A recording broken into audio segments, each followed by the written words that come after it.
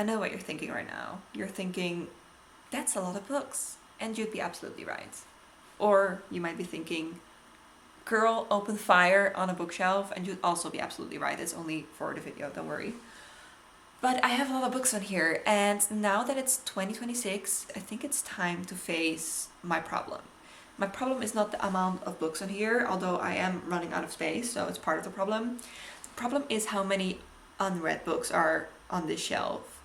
And I know what people say, like buying and reading books are two different hobbies. I'm just building up a wine cellar of books for years to come, blah, blah, blah.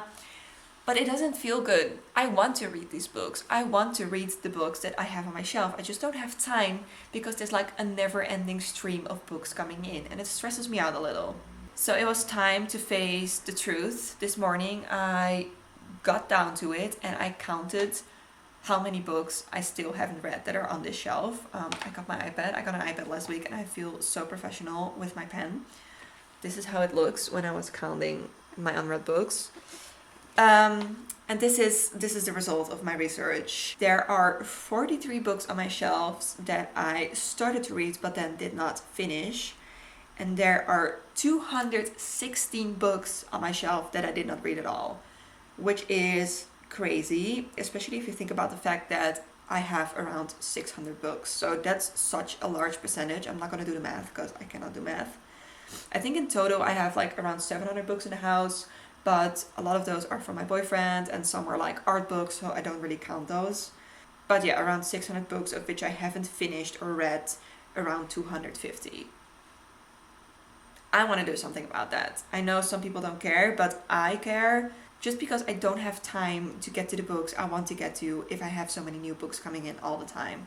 And also I want to reread old favorites more because I don't have great memory when it comes to plots of books. And if I read a book 5 years ago, I can bet you I will not remember a single thing from the plot. So how can I say something is one of my favorite books when I don't even remember what happened? I can't. So sometimes I just want to reread an old favorite so I can see if it still holds up. And I did that last Christmas with The Priory of the Orange Tree. Did not remember a single thing, had a wonderful time, and it just made me realize it's time for a change. Because if I don't have time to read the books that I love, what am I doing? Why would I call this a hobby if there's so much pressure involved? So in this video, I'm gonna take you through my 2026 reading goals, and there's gonna be some big changes. So let's start with my most drastic goal, which is like the whole point of this video. And that is that I've decided to not buy any books for a whole year.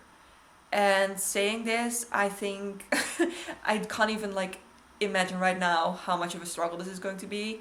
I think I buy around 6 books a month, not even kidding. Like I buy a lot of books. I don't put any restraints on myself when it comes to buying books because I feel like it's such a healthy hobby. I want to support the industry, so every time I see a book I even slightly want to read, I'm like, yeah, I'll buy that. No thoughts required. So it's going to be like sort of breaking that habit for me this year if I cannot buy any books at all.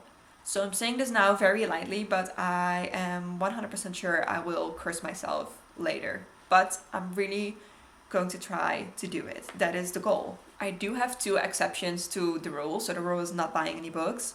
And the first exception is that I'm allowed to buy new books for a series that I've already started. And I'm mostly just saying this because I want the sequel to The Will of the Many, which is called The Strength of the Few. I love this book and the sequel came out last November. I haven't bought it yet, so I feel like an exception is warranted for that one. I don't know if there's any other series I might want to continue this year, but that is the only exception I've set for myself, so I can continue in the series that I already started reading, but I don't expect there will be many of those.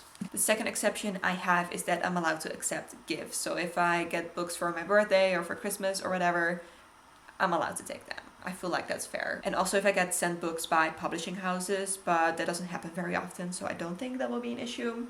But those are the rules I have set for myself for 2026. With that, I hope to drastically cut down on my TBR, like my unread books on my shelves. I wanna cut it down. So hopefully this will be the year I get to do that. And I'm very excited. I'm very excited to get to some of the books on my shelf that I've been eyeing for years but never really got to because I was always enticed by the new shiny books that I just bought. But I hope that this year will change that. And if I am really not interested in reading a book, I'm gonna get rid of it. I'm gonna be ruthless this year. That is my second 2026 reading goal / resolution.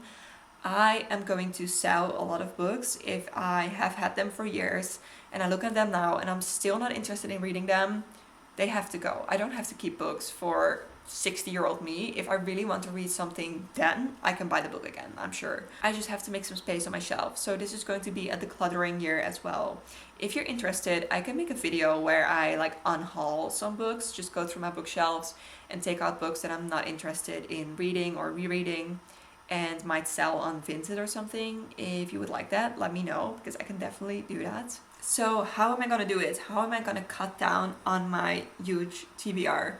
I'm not gonna set myself any goals in terms of numbers. I'm not gonna say like, oh, I wanna read 3 books a month or I wanna read 70 books this year. Last year I read 69 books, which is I think the highest amount of books I've ever read.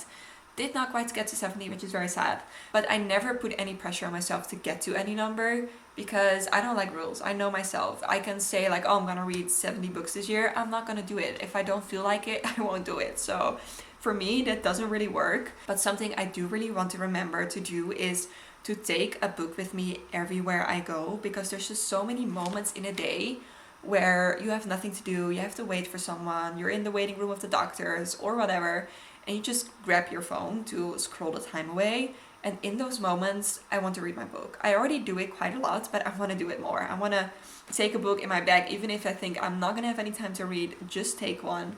Because you never know. You never know. And that's really how you get a lot of pages in throughout the day. And if you're like me, if you're easily distracted in public places by other people or by sounds when you are trying to read, like I am the type of person that loves listening in on people's conversations, not to be like nosy, but I find it so fun and fascinating to hear what other people talk about. So in like the train or in a cafe, I would get distracted by that. So something that really helps me is bringing earplugs with me, because you can just plug these in whenever and you are in your own little world and you can really focus on what you really want to do, which is reading. And I use the Loop earplugs, and Loop was so kind to sponsor this video, so I would like to tell you a little bit about these. I've been using them for years. They're great for concentrating and reading, but also for other things like sleeping and going to concerts. Like, it's so important to protect your ears, so let that also be a New Year's resolution for 2026 if you did not do that before.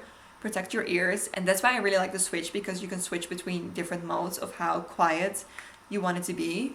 And they're also just like really stylish. I don't know, I feel kind of cool and futuristic when I wear this. They're super easy to put in and they're a super snug fit. It feels so weird to talk right now because like it's quiet around me. But yeah, they're super comfortable. They have different sizes, so you have a perfect fit for everyone. And yeah, I just highly recommend this if you also want to read more but get very distracted by your surroundings. Maybe also at home, like when my boyfriend is watching a movie and I'm trying to read, I can't. So this is a lifesaver. So highly recommend Loop earplugs. I have to Switch, but you have different versions, so I recommend you to check them out. I'll put a link in my bio. And thank you, Loop, for sponsoring this video. Back to my reading goals. Another reading goal I have set for myself is to take my time with books, which I know is sort of counterproductive to what I just said of like cutting down my TBR. But something I tend to do a lot is rushing through books because I want that dopamine hit of finishing one. But it really stops me from deeply engaging with a book, especially with like fantasy and things get like exciting at the ending. I'm just rushing through and I don't even really know what I'm reading anymore. So at the end I'm like, what happened? And I don't want to do that anymore. I want to grant myself the time to really sit with a book and read it slowly and maybe take some notes here and there and just really engage with it in a way that I will remember, because I think it says a lot about me that I often don't remember a plot of a book at all. Like for instance with The Will of the Many, which I just showed you, I finished it a few weeks before my friend started it, and when she was reading it she was like constantly texting me about all the things that were happening and I was like, I don't know what you're talking about, I'm sorry, I have absolutely no idea. And she was like, you read this, right? I'm like, yeah, I don't remember. And I think that's really because I rushed through books so quickly and I don't want to do this. 2026 is the year of rest and slowness for me. I'm gonna take my time with things and reading is one of them. So those are my general reading goals. And now I want to go through some of the books on my shelf that have been there for years that I really would like to get to this year, and hopefully this year I will. Let's start with some classics, and this is ambitious, to be honest. I'm not sure if I will get to all of these this year, but these are the ones I would like to prioritize if I have the time. So the first one is The Book of Disquiet by Fernando Pessoa. I started this last summer and I read 29 pages. The main reason I want to read this is because I keep seeing so many quotes taken from this book on like Pinterest or social media, and every time they hit so hard. Like every time, like these are thoughts taken directly from my brain. So I know I will relate to this so hard, and the writing is just so gorgeous. I want to read it, but it's a dense, heavy read, which is why I've been putting it off. I would also like to read at least one Russian classic this year. I have Crime and Punishment here by Dostoevsky. I also have Anna Karenina on my shelves. Yeah, I just feel like it's sort of required reading to read at least one of the Russian classics. I happen to have this one, so this is definitely on the list. I also have The Master and the Margarita by Mikhail Bulgakov. Love this cover. This is really high on my priority list. I feel like I would love this. The description just sounds like there's so many elements here that are right up my alley. It's magical realism, which is one of my favorite genres.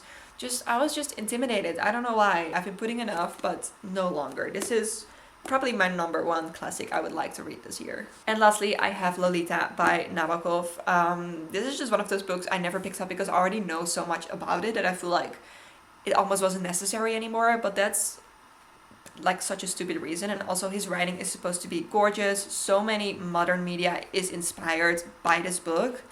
And I just feel like this is an important one to have read, just to know all the references. If we're talking rereads for classics, I would go for the ones that I've been calling my favorite classics, which is Wuthering Heights by Emily Bronte, The Picture of Dorian Gray by Oscar Wilde, and We Have Always Lived in a Castle by Mary Shelley.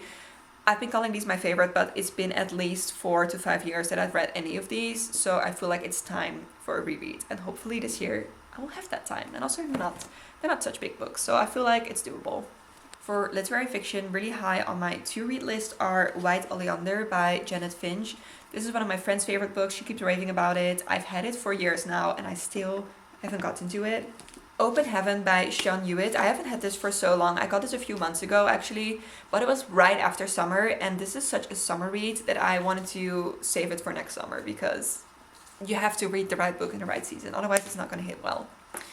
And lastly, The Overstory by Richard Powers. I already started this last year. I read 161 pages, so I came quite far, but it was quite a dense read, and that's the thing, like I'm craving a dopamine hit of finishing a book, so if something is not going fast enough, I just stop. And this year, since I'm granting myself time and slowness, I think this is the book to get back to. I hope I remember enough to just pick up where I left off, otherwise I'll restart it, I don't really care.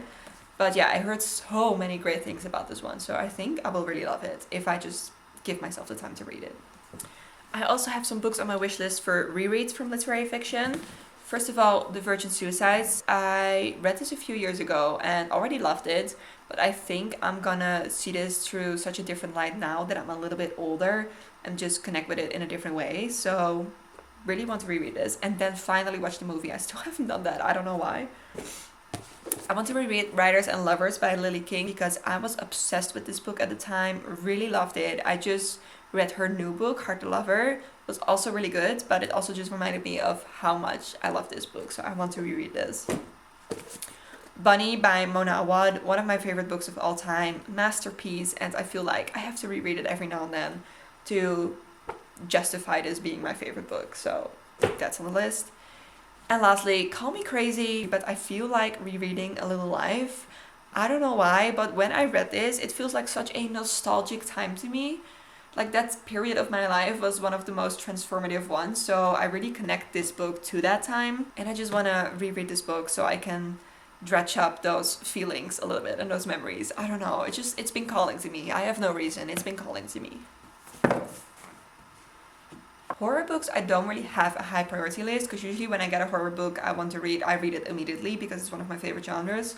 But one I have not gotten to yet is Starved Acre by Andrew Michael Hurley. This is such a winter book, so I want to get to this soon while it's still cold outside, because this book is like the ice seeps into your bones when you read this. Like I started it already, but it was summer and I was like, no, I'm gonna save this for winter. So this is the time. And I do have one horror that I really want to reread, and that is Our Share of Night by Mariana Enriquez. Probably my favorite book of all time. I don't know if I can say that, but this made such a deep impression on me. But once again, I forgot a lot of the plot. So I know how it made me feel. I know how wonderful the writing was, but I don't really remember a lot of the plot. So it's time for a reread. This was just a masterpiece that should be read more than once, 100%.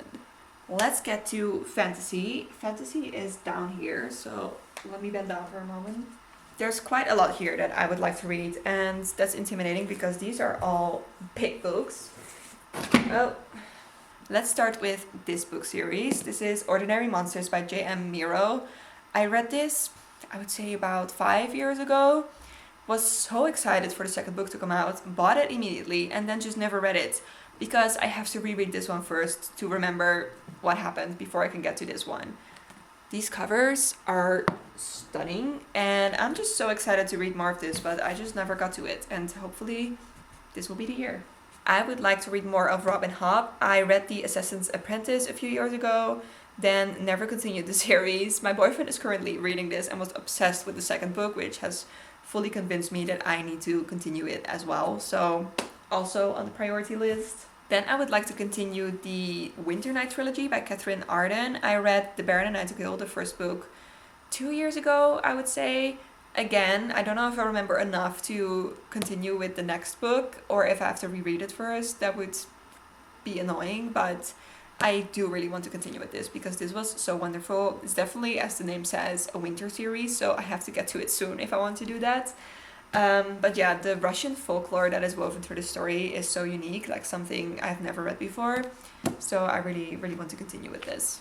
Then I have one big rereading dream, and that is the Daughter of Smoke and Bone trilogy by Laini Taylor. I read this whole series twice already, but I think the last time I read this I was 17 or 18 probably. And I remember this being one of the best fantasy series I've ever read. She is just such a wonderful fantasy writer and so good at creating unique worlds that give you this strange feeling in your stomach just because of how magical but also weird it is. I don't really know how to explain, but like when I think back of reading the series, I just remember being so mesmerized by it and just in awe of how unique it was. And yeah, I just think it's time. I think it's time to reread this. I do wish they would make new editions with better covers because what the hell is this? This is so ugly. Then it's time for nonfiction, and here I have a lot of work to do, so let's go through the ones that have my priority.